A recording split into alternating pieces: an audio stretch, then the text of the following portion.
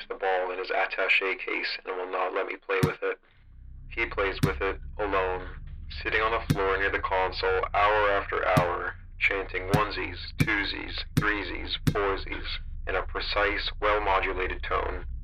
I point out to him that it's more fun for two to play ball than one, but he's not interested. I've asked repeatedly to play by myself, but he simply shakes his head.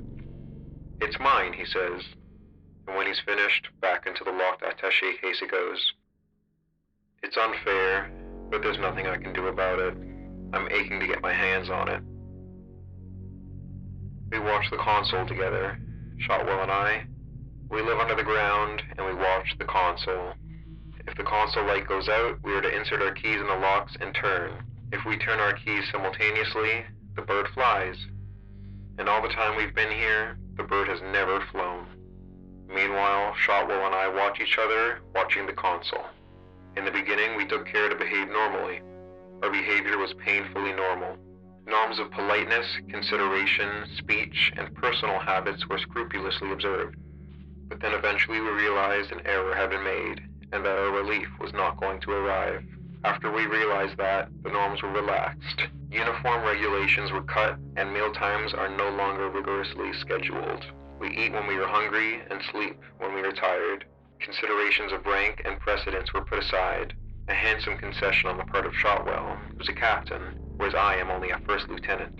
Each of us wears a .32 caliber, and we are supposed to shoot the other if they are behaving strangely. How strangely is strangely? I don't know.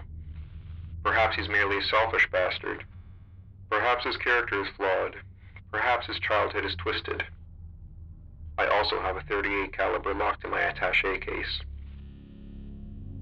We have been here for 133 days, owing to an oversight, although we're not sure what is oversight and what is planned. Perhaps the plan is for us to stay here permanently, or if not permanently, at least for a year, or maybe 5, or maybe 10. Maybe they're pleased with us, pleased with our behavior. Not in every detail, I'm sure, but in some. Perhaps the whole thing is an experiment, and the experiment is very successful. I do not know. Shotwell is not himself. He has made certain overtures to me. The burden of his message is not clear. It has something to do with the keys, with the locks. Shotwell is a strange person. He appears to be less affected by our situation than I. He goes about his business stolidly, watching the console, studying, bouncing his ball on the floor in a steady, rhythmical, conscientious manner. He appears to be less affected by our situation than I am. He says nothing, but he has made certain overtures, and I am not sure that I understand them. They have something to do with the keys and the locks. Shotwell has something in mind, but I insist there must be a quid pro quo. I have something in mind. I am not well. Sometimes I can't sleep. Sometimes Shotwell can't sleep. We sleep uneasily and acrimoniously. Sometimes Shotwell shouts in his sleep, objecting, denouncing, cursing sometimes, weeping sometimes, all in his sleep. When Shotwell sleeps, I try to pick the lock on his attaché case to get at the ball. So far, I have been unsuccessful. Nor has Shotwell been successful in picking my attaché case to get to my .38 caliber. I laughed when I saw the marks on the surface of the lock.